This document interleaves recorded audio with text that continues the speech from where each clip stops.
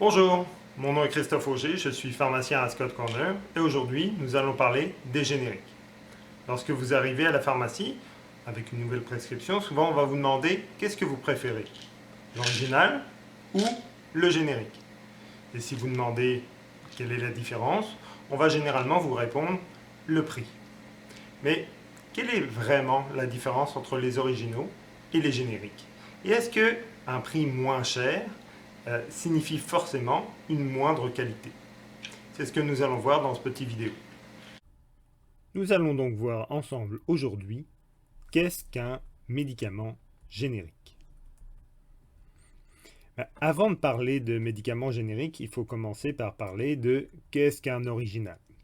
Donc, pour faire une histoire simple, vous allez avoir une industrie pharmaceutique novatrice qui va mettre au point un nouveau médicament, une nouvelle molécule. On va l'appeler pour les besoins de la cause le WKX. Une des premières choses que cette industrie va faire, c'est demander d'émettre un brevet pour protéger sa découverte, pour pas que d'autres industries puissent copier leur découverte. Ce brevet-là, pour faire ça simple, va durer une vingtaine d'années. Non pas à partir du moment de la commercialisation du médicament, mais à partir du moment où le brevet est émis. Donc à partir de l'émission de ce brevet-là, l'industrie est protégée pour une certaine période de temps, durant lesquelles elle va continuer sa recherche sur cette molécule-là et faire notamment ce que l'on appelle le développement clinique, c'est-à-dire qu'elle va faire des tests sur des gens pour voir si le médicament est bien toléré et s'il est efficace. Au bout du processus, à la fin, il va éventuellement pouvoir mettre sur le marché un médicament qu'on va appeler le WKX 100 mg. Ce médicament-là, bien sûr, on ne peut pas le copier et le fabricant va lui donner un prix. Quel va être ce prix? En fait, on pourrait penser que c'est le reflet de la complexité de la fabrication du médicament ou encore des frais pour couvrir la recherche. En fait, comme tout produit finalement, le prix que va demander l'industrie, ben, c'est le prix que le payeur va être prêt à payer pour obtenir ce produit-là. Et sur quoi ça va se baser? Ben, principalement sur l'argent que ce nouveau médicament-là va pouvoir faire sauver dans d'autres sphères. Je m'explique, si jamais vous découvrez un médicament qui permet de sauver 10 jours d'hospitalisation dans certains problèmes, ben, on va regarder combien coûtent ces 10 jours d'hospitalisation-là, et puis probablement que le payeur va être prêt à payer une somme équivalente, disons, à 8 jours d'hospitalisation pour pouvoir obtenir votre médicament. Donc c'est combien est-ce qu'on est prêt à payer pour avoir cette nouveauté-là. Et puis, il va pouvoir le commercialiser pendant la période restante sur la durée de son brevet. Au bout de 20 ans, on va arriver à l'expiration du brevet. Donc, la compagnie novatrice va continuer à produire son médicament, le WKX 100 mg, sous son nom de marque, et va continuer d'utiliser sa propre recette et le vendre au prix qui avait été accepté. Mais là, d'autres industries, qu'on appelle les industries du générique, vont faire des copies, en quelque sorte, du principe actif. Donc le principe actif, la molécule en tant que telle, c'est exactement la même. Et au niveau du poids, c'est-à-dire si c'est du 100 mg, ça doit être du 100 mg aussi. Donc quand on parle du 20% d'écart entre l'original et le générique, on ne parle pas de la quantité de produit à l'intérieur de la capsule. Pour ça, c'est absolument la même chose, avec le même niveau de tolérance entre les lots d'un original par rapport à un générique. Non, ce qui va varier, ce sont les autres ingrédients, les ingrédients qu'on appelle les ingrédients non médicinaux ou inactifs.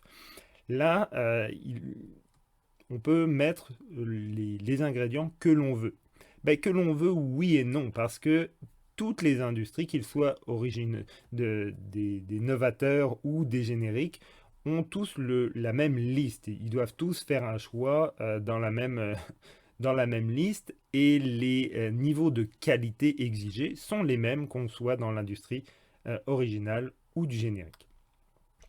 À partir de là, ils vont commercialiser des nouveaux, des génériques de la molécule de départ, et puis ils vont la vendre moins cher. Comment est-ce qu'on détermine le prix d'un générique? En fait, c'est un petit peu curieux, mais c'est un pourcentage du prix de l'original. Bien sûr, ils ne peuvent pas, les industriels, le commercialiser à cette étape-là. Ils doivent faire des études, cette fois-ci sur un petit nombre de personnes, et non pas faire des études cliniques, juste montrer que l'absorption est équivalente entre leur molécule et l'original. Donc, comment est-ce qu'ils font? En fait, généralement, c'est assez simple. Ils font venir un petit groupe de personnes et ils leur donnent l'original. Ils mesurent la concentration dans le sang, dans le temps. Et puis, ils les font revenir une semaine plus tard, dans les mêmes conditions, avec le même repas. Ils leur redonnent le générique et ils regardent si ils obtiennent les mêmes profils de courbes. Et c'est ce qu'on appelle des études de bioéquivalence. Et à partir de là, Santé Canada va pouvoir autoriser la mise sur le marché de leurs produits. Donc en conclusion, un générique, c'est quoi? C'est le même produit, le même principe actif à la même dose. Et l'absorption est équivalente. En fait, le 20% dont on parle, c'est une tolérance sur un test statistique qui est en lien avec l'absorption. Mais ça ne veut en aucun cas dire que les médicaments peuvent être 20% moins absorbés ou 20% plus absorbés. C'est pas aussi simple que ça. Peut-on quand même ressentir une différence? En fait, oui, ça peut arriver. C'est certain que ça ne va pas être la majorité des gens, mais une petite portion de la population peut voir des différences entre l'original et le générique. Pour diverses raisons, parce qu'il y a énormément de facteurs qui peuvent rentrer en compte, mais ça peut arriver. Donc, dans ce temps-là, n'hésitez pas à en parler avec votre pharmacien pour voir quelles sont les possibilités. Et sur le principe, ce type de différence peut aussi arriver entre deux génériques ou même pour le passage d'un générique à un original. Est-ce que je peux être allergique ou intolérant au générique? Il n'y a pas d'allergie au générique. Ce serait comme de dire qu'on est allergique à la tarte, sans spécifier qu'on est allergique à la tarte aux pommes ou à la tarte aux cerises ou quoi que ce soit. Donc on ne peut pas être allergique au générique. Par contre, on peut être allergique à un médicament, mais pas dans le cas du générique, parce que le médicament en tant que tel, c'est le même qu'il soit dans l'original ou dans le générique. Donc on peut être allergique à un ingrédient non médicinal, ce qui est quand même assez rare, et c'est la même chose pour l'intolérance.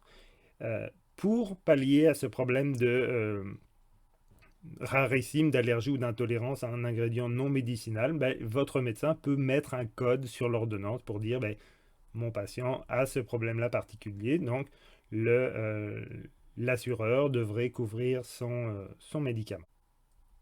Pour finir, je me dois de mentionner qu'il y a quand même quelques exceptions, notamment des médicaments qui ont une forme à libération bien particulière.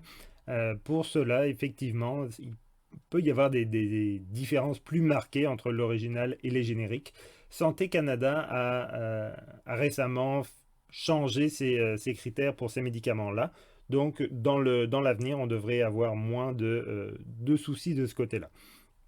Donc voilà, j'espère que cette capsule vous a intéressé et au plaisir de vous retrouver sur notre chaîne YouTube.